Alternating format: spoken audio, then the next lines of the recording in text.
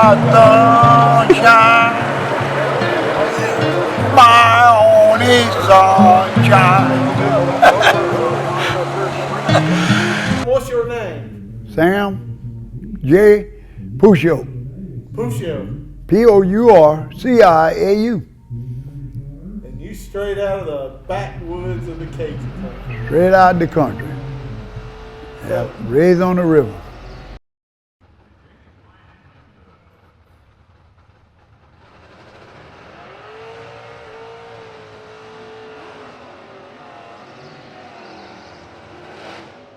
Tell me, how did you get started drag racing?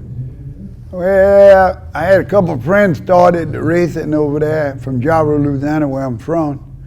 And they had some 55 Chevrolets and stuff. So I got me couldn't afford too much, so I found me a 49 Ford with a V8 flathead in it. And I took the motor out and went through it, transmission, everything, painted it yellow, painted Mr. Lemonade on the side of it. And went to the races with it, and they put me in U-Stock. Everybody spot me. I'm gonna tell you what, I wore more cars out trying to catch me than cars that had pills. Yeah, I figured the thing out. I would run, they wouldn't roller start spot. It was one car, one class per car. You move one class, two cars. If you run a V-stocker, you got two cars, you know. So if you run an A-stocker, you got a whole bunch of cars. And I was running good race like that, but when I get to the quarter mile, my motor wouldn't be tacked up about 5,500, and I could shift it at 65. So I figured get me some lower gears, and I would do a lot better because I wasn't running a whole quarter mile.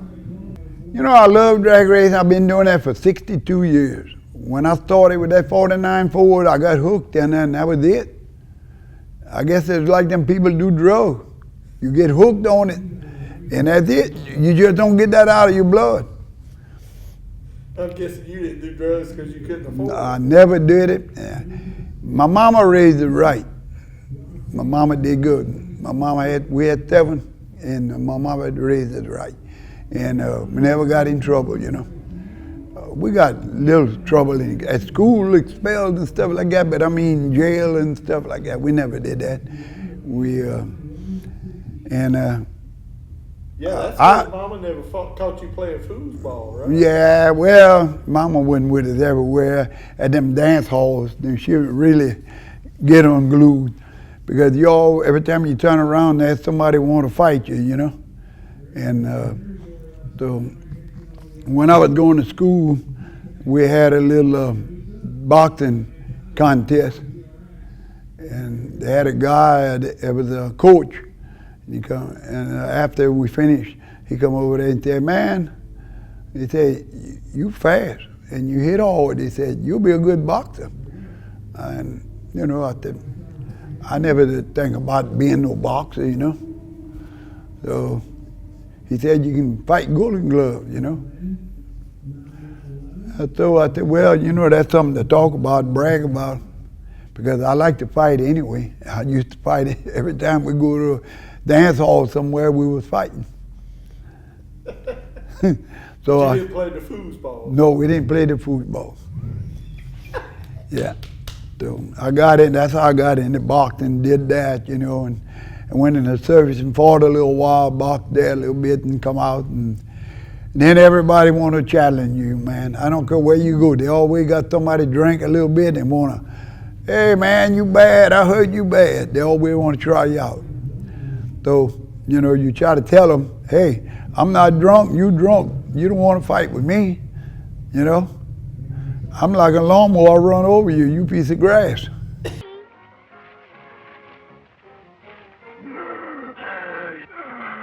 'em up. Yum, yum, eat 'em up. Yum, yum, eat 'em up. Yum, yum, eat 'em up.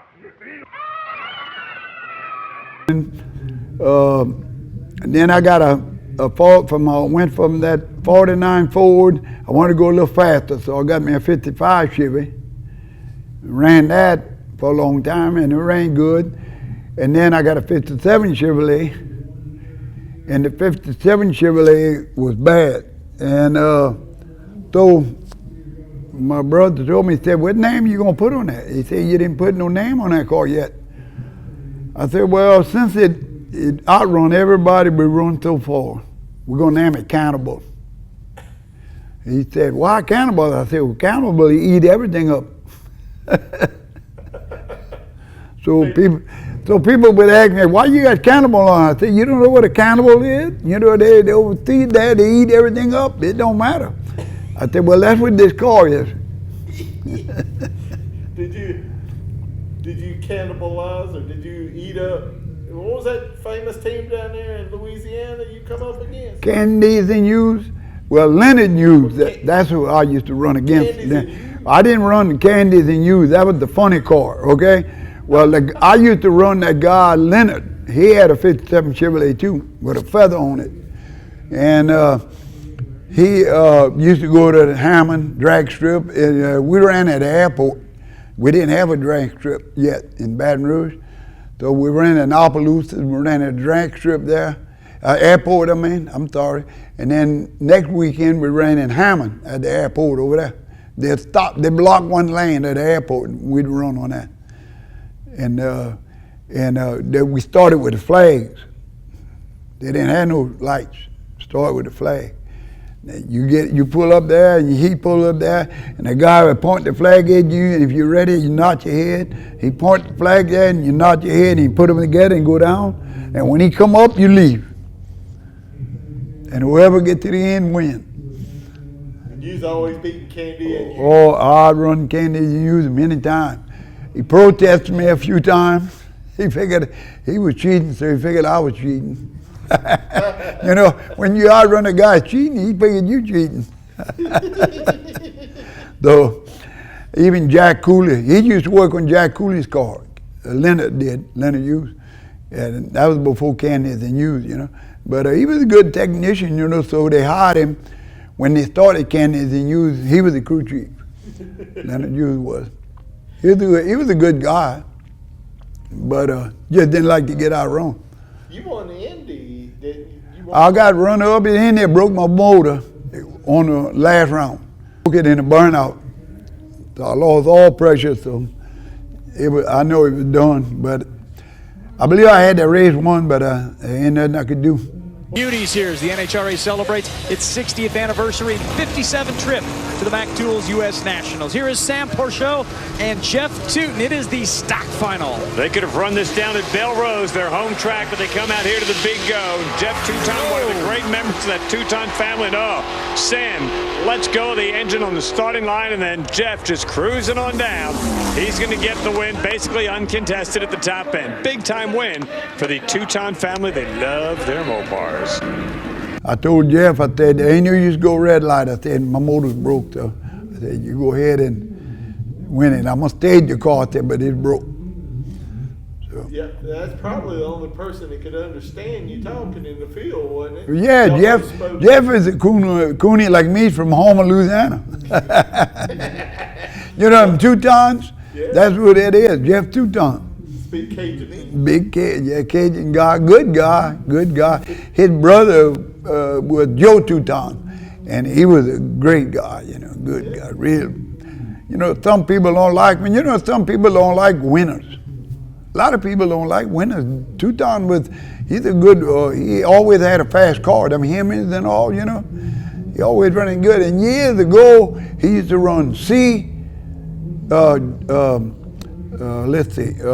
gas, and he bought a Willis, and he fixed it up, and he was the first car back then did a wheel stand, that Willis, in that C gas. Yeah. So you won class at Indy a whole bunch of Oh yeah, I won class a lot of places, you know.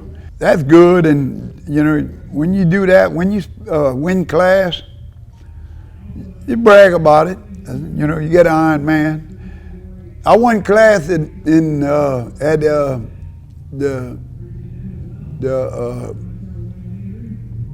Florida. And I went there for class, and they had a guy within a Cobra Jet Mustang, and he'd put on the internet he was the fastest beef stocker in the country. Well, my son was living then. My son passed away with cancer, a young boy. He liked to get on that internet, do all that. And he thought that and got on that internet. He told that guy, he said, Bill Hawk, he said, when that race ever come to Florida, you're going to find out how much he's holding. You just think you're the fastest beef stocker. So we went to Florida, got on the same turf, you know. And he said, man, we're going to make a deal. We're running that car. I said, no deal. I don't make no deal. I said, but you said you was the fastest beef stock in the country. I said, and I'm a B-car. Let me see you pass me. So I can run 10:04. I said, well, I can run 9:95. So I said, let me see you pass me. So we left out of that, man. I put it on him out the gate. I got out a little bit and come back, and I went 10:06, and he went 10:04 in horsepower with himself. And I outrun him. So that wasn't good for him that day. You play games with him. Yeah, that's right. So my son finally got it. When I got back home, my son got back on the internet. He said, Bill Hawk, you found out how fast that red Camaro was? That's Bill Hawk. Yeah, it was Bill Hawk. Yeah. Bill Hawk don't run B no more. He had to go to A now. So, tell me about the day you decided you was going to go super gas racing. You being a die-hard class racer and ended up punching everybody. Oh no, I didn't do that, but I had to kind of threaten him a little bit. Oh, you punched somebody. Oh, a big moose one time. He gave me trouble. So go ahead and tell me how that whole deal played out. Oh well, let's see. Me and this other boy, we were running, and he wanted, you pull up, but years ago, they call you, say, stock lemonade or super gas. That was stock back then when I had trouble with the moose. And you get up there first so you can pick the lane you want. That's how it was years ago. They didn't have you qualified and stuff like that. So, and you wouldn't flip no quarter. You go up there to win that race. That's why you go to races, for the win. So if you get up there first and the man actually said, what lane you want? You say, well, I'm gonna take the right, and he wants the right. You ain't gonna give it to him because you're giving your race away. You lost right there if you give him what he wants. So it wasn't no deal like that. So we ran, and I outrun him, and he blamed the track because I outrun him because he spun the tires. So he was a good friend with Moose that ran the track. So they called me up there, so they told me I had a rerun, and I would have to take the left lane and give him the right lane, the good lane, and we run again. And I told him, I said, there's gonna be no way like that. Don't work like that. I done won the race. The old Moose, he was up in that tower up there, and them guys, they told him what I said. Well, he's coming down, he's about 400 pounds coming down them stairs. Man, a big old moose coming down there, and I said, oh man, I got trouble looking at him. He's coming down like mad as hell. Well, I said, well, I better get to business. So I waited for him at the last step. When he took that last step, I nailed him. Hard as I could. I hurt my shoulder, I believe. But then he went, oh, Sam, wait a minute, I need to talk to you. So then he started telling me about, let's switch lane, And I said, okay, I'll run him one time, we'll switch lane. It don't matter. I said, but I don't won that race. He said, yeah, I'll give it to you. He said, but let's see if he can outrun you. He said, I said, okay, but I outrun him anyway. I took the right lane, still outrun him. So that was that end of that. But me and Moose were good friends after that. He never run up on me no more. Yeah, but you were telling me about them staging on you, trying to make you stage. Oh, that was a starter. That starter. You remember his name? That old guy, he retired. Well, I went and run Super Gas, and man, I've been good on the tree all my life, and they would eat me up on that Super Gas, on that Pro Street, that Pro Light. So I got to tell you, man, something wrong. I'm doing something wrong. So I watch them up there, them good, the ones that were winning, them guys, and what they do is they stayed last. So when they stayed, they hit the two-step right there and turn it loose, you know. Well, the other car, he's got to get ready. He's got hit matted. And by the time he matted, the tree is down, gone. You got a Pro Street Light. He's gone. I said, no wonder they're killing me on the tree. I got to do that. So I pull up there, put the first bulb on. They put their bulb on. And that guy, that old guy that I was telling you about, he'd been there for years and years, that starter. He was saying, stage. He was telling me, stage. And it's stage. And I was going, I pointed over the next car. I said, tell him to stage. I was telling him, I said, well, how come he ain't staging? He ain't moving. He waiting for me to go in there to trick me up. And I shook my head. I wouldn't stage, you know. So he come by to my window. And he said, man, when I say stage, I mean stage. I said, if you don't get out of my face, I'm going to punch you in the mouth. You better go back to where you got that starting tree. So he walked back over there. So he told us to stage again. We fired up. We staged. So I took my car and I started rocking it, bumping it like I was moving. I wasn't even moving. I was just rocking it. Let that other one get in there first. He got mad at us again. He was fussing again. But he didn't come out of the car that time. Finally, we staged and left. But I just learned something on them cars. Them boys, they'll do you that. That's why they want you to stage first. See, when they once they stage, soon as they stage, they mad it. They're ready. They let go of that button on you, you know. Well, if you stage first, you're not going to be ready like them. Now, Sam, I'm noticing throughout the car there's like all kinds of little elements and tributes. You got the roof tack, you got Pink Panther, you got a lot of stuff. You're out here racing, but you got a lot of friends that help you race. I got the major man, Roger Brockler. And if it wouldn't be for him, I couldn't race. It's that simple. He helps me. He's the best friend in the world. Are you as mean at 83 as you was at 23? You know what? My temper is a lot better. I take a lot of most stuff. You know, I had to back off on that. But don't push me too much where you get me mad, because I don't back. All I do is come forward. Yeah, they didn't know that you used to wrestle alligators, right? Yeah, I wrestled alligators, me and my daddy. We used to go get them. We didn't shoot them.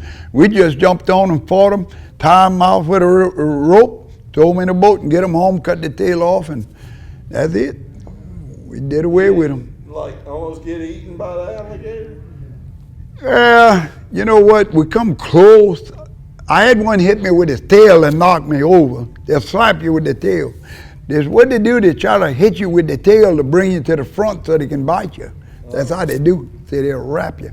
You know, but I didn't. I fell another way, and my daddy got on him. He was about an 8-footer. I believe he was a little bit too much for me, you know, and so I stick to them 5- and 4-footers. Well, one of the boys back here told me you actually got an alligator in a chokehold and made it pass out. I tell you, I had all kind of stuff on them alligators, man. Them alligators are tough. I threw one in the back of the truck. I had his mouth tied, and he got away. And he bit the bit back. I had a Ford pickup and had a panel there, and he bit the back of it. And his feet or nothing was touching. That's how much pressure he had in his mouth. He bit the back of the truck and his whole body was straight in there. You think that's right. That's how much pressure they got. They clamped down. Now open up. When you jump on them, that's what you grab. You grab them out, and they'll start turning on you. And you got to let them turn. They'll burn out in a little while, 2 or 3 turns, then they'll quit. Then you hold them out, then you get your rope out of your back tie, mouth and wrap it around the top, and that's it. You got him. Go where you want with him. How many rolls did you remember ever going with an alligator? How many times? How many rolls did Oh, Lord. A bunch. Yeah, it threw me out of the P-roll. We used to go to P-roll to get them, you know. And you fall out of that P-roll because the old P-roll shakes anyway, you know. You can't hardly stand up in that thing. What is that? A P-roll is a little bitty old boat, and it's easy to paddle. Go catch frog with it and alligators, you know. And we be frog hunting, catching them frogs, and then we see them gators. So if Daddy said, let's get one, we jump on them and get them. So. How do you say badass in Cajun? Badass? Man, let me see. I never said that. Badass. Let's see. I don't know. You know. Because that's what you were, right? Yeah. Oh yeah. Yeah, we was bad.